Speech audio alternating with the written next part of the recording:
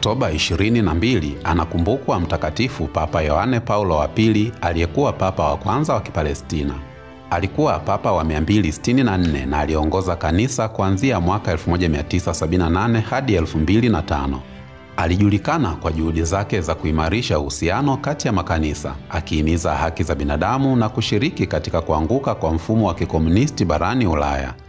Alikuwa na ushawishi mkubwa katika kuimarisha mapinduzi ya kisiasa nchini Poland na katika kuanguka kwa ukuta wa Berlin. Alijaribiwa kuuawa mwaka 1981 lakini aliweza kupona. Alifariki tarehe 2 Aprili mwaka 2005 na maelfu ya waumini walikusanyika kutoa salamu za mwisho. Alitangazwa mtakatifu mwaka 2014 na sasa anakumbukwa kama mmoja wa viongozi wenye ushawishi mkubwa wa karne ya 20.